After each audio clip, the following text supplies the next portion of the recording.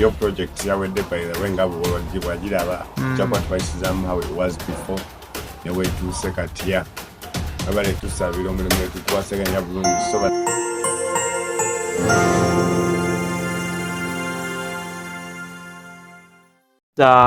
yes, we back yet again on Central Media UG Z Jacob alongside Kayaman Tukomyuna tetwetwabulamuko for a while but we back yet again. Kayaman kyekiriwo olunaku olwaleero ndekere agamba tabeda yendi biche bitambula kola bukozi kuyiya kulaba kiddako twingidde mu December naku enkulu bakyali bange mwena mugamba mutya bamuseze enjawulo abagenda okujja n'abagenda okusigalayo omuzira gamba omuzira guli awo kuba nje tulivimbemu wano kwa winter mu kasale mu size amusazeke Uganda yewendi ndi mugumu alhamdulillah obulamu webuli.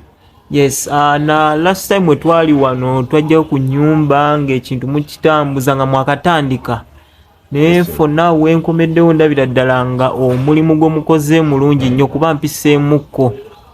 Your project yawedde by the way nga bwagiraba kyakwa twayisizaamu how it was before newe tuuse katya abale tusabira omulimu wetu twaseganya bulungi so bannange mutuwe emirimu tuli bakozi baddala ate tuli bakozi babwesigwa tuli bavumu mulimu ogutuwa kwetugumaliriza nga tugukulaga nga then osiima atwogera that's how we work so mutuwe emirimu baganda bange.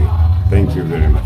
Kati kibatwalidde ebbanga ky'okukola kino bwe kiti nga bwe kifaananye obudde? Initially yalina okubeera 1 week. Nga bwe bala okugikola yonna 1 week in and out.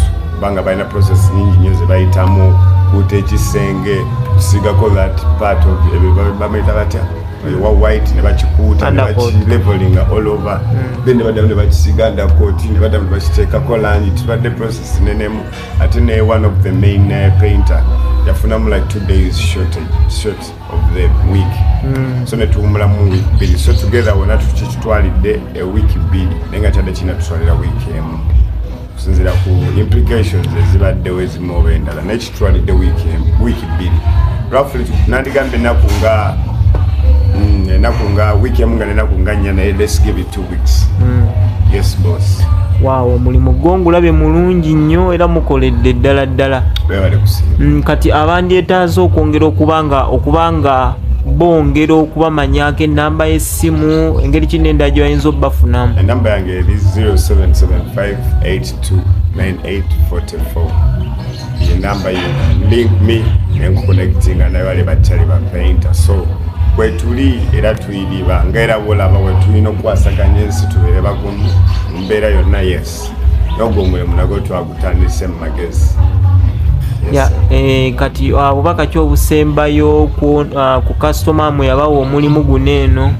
Simanyi nakyabagamba mwagala nnyo mami nkwagala nnyo dadi nkwagala nnyo yo I really appreciate you guys kyakabi nnyo era I'm like feeling strong half moon aya kamba gala nnyo bakyali bange bannange tulina emmotoka ezakabi nga bwe twabagamba era tuziina nga nnungi nnyo namba y'essimu ejja kubeeyita waawo half moon ayaka tulina badriver abalungi nnyo abakazi n'abasajja motoka zaffe zakabe ziri ku UBN kugamba tuli bakabi ne bompulira nga njogedde ku half moon nenjogera ku muzeeyi manya tekiri wala nakyo so yes one love and respect abampa project eno kansibule nammwe mujja kusiima kusinziira nga bwe kifaanana essebo. Alright, until we link up again yabadde Kayaman tunaddamu ate olunaku olulala have. Assalamu alaikum warahmatullahi sokoleke man mbadde nerabidde anti Jackie Mirembe. Yes anti Jackie Mirembe nkwagala nnyo we New York nkwagala nnyo n'omuntu omulala gwe mbadde nerabidde Nasa King Miami yeah salako tukikwasaganye December eno yes my brother mbagala nnyo kakalamu mukyali wange mwana osirise nnyo nkwagala nnyo asirikiddeyo kakalamu gye twabawala nnyo muganda nkwagala nnyo era sooner or later kansuliwo n'otera tujja kuba twogera ebyo muganda wange nkwagala nnyo mwana waffe Jacob one love and respect. Yes mbadde nga tunagenda twatusuubiza n'okukolayo ka episode one day. Oh yes episode y'abadipoti abaddizibwa genda kubanga ekwasaganyizibwa olwakubanga era bwe nagambye ebizibu badde nsumbiwa nnyo ne gadgets zinaba zikwasa bulungi naye I hope within this December ngenda kwesetinga bulungi making sure nti next time tunatandika okuweereza abantu nga tulina equipment ezitegeerekeka at the same time nga twesettinze bulungi omuntu ayatulaba n'agamba yes bano abaana gye bagenda balabayo. So eyo episode of course tuli mu kufumba on a daily basis wala twagala tugenda okusavinga nga it's worth serving.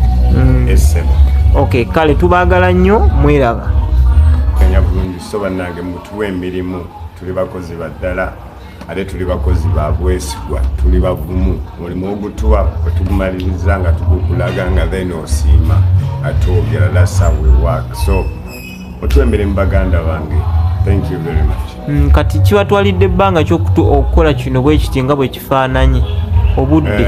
Initially yalina okubeera 1 week nga bwe bala okugikola yonna 1 week in and out banga balina process nyingi nnyo ze bayitamu kuta ekisenge kusigako that part of bamuyita batya wa white ne bakikuuta ne bakilevelinga all over then ne baddamu ne bakisiga undercoat ne baddamu ne bakiteekako langi tubadde process nenemu ate ne one of the main painter yafunamu like 2 days short of the week so ne tuwumulamu week bbiri so together wona tukitwalidde a week bbiri naye nga kyadde kinatuswalira week emu kusinziira ku implications ezibaddewo ezimu oba endala naye kitwalidde week bbiri roughly nandigambye ennaku nga week emu nga nenaku nga nnya naye let's give it 2 weeks. Yes boss. Wow, omulimu gwongulabye mulungi nnyo era mukoledde ddala ddala. Kati abandyetaaze okwongera okubanga bongera okubamanyako ennamba y'essimu engeri kinenda gy'ayinza obbafunamu? Ennamba yange eri 0775829844. Ye namba yo link me nenconnectinga naye bali bakyali bapainta so bwetuli era tuyiriba nga era bolaba bwetulina okukwasaganya ensi tubeere bagumu mu mbeera yonna yes nogwo omulimu nagwo twagutandise mu magezi. Kati obubaka ki obusembayo ku kasitoma mwe yabawa omulimu guno eno? Simanyi nakyabagamba mwagala nnyo mami nkwagala nnyo dadi nkwagala nnyo yo I really appreciate you guys. Kyakabi nnyo era I'm like feeling strong. Half moon ayaka mbagala nnyo bakyali bange bannange tulina emmotoka ezakabi nga bwe twabagamba era tuziina nga nnungi nnyo namba y'essimu ejja kubeeyita waawo half moon ayaka tulina badrive abalungi nnyo abakazi n'abasajja motoka zaffe zakabi ziri ku UBN kugamba tuli bakabi ne bompulira nga njogedde ku half moon nenjogera ku muzeeyi manya tekiri wala nakyo so yes love and respect abampa project eno kansibule nammwe mujja kusiima kusinziira nga bwe kifaanana.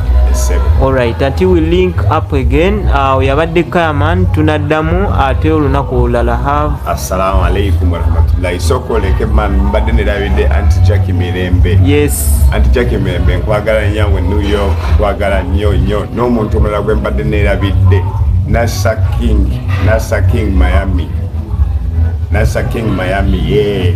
Salako tukikwasaganye December eno. Yes my brother mbagala nnyo kakala mukyali wange mwana osirise nnyo nkwagala nnyo asirikiddeyo kakalamu gye twabawala nnyo muganda we nkwagala nnyo era sooner or later kansulo n'otera tujja kuba twogera bibye muganda wange nkwagala nnyo mwana waffe Jacob one love and respect. Yes mbadde nga tunagenda twatusuubiza eno okukolayo ka episode one day.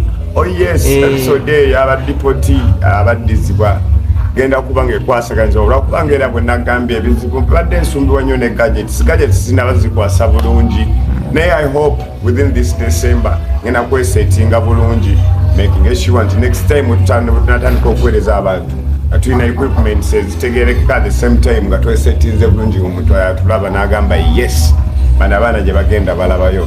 So eyo episode of course tuli mu kufumba on a daily basis wala twagala tugenda okusavinga nga it's worth serving. Okay, kale tubaagala nnyo mweraba.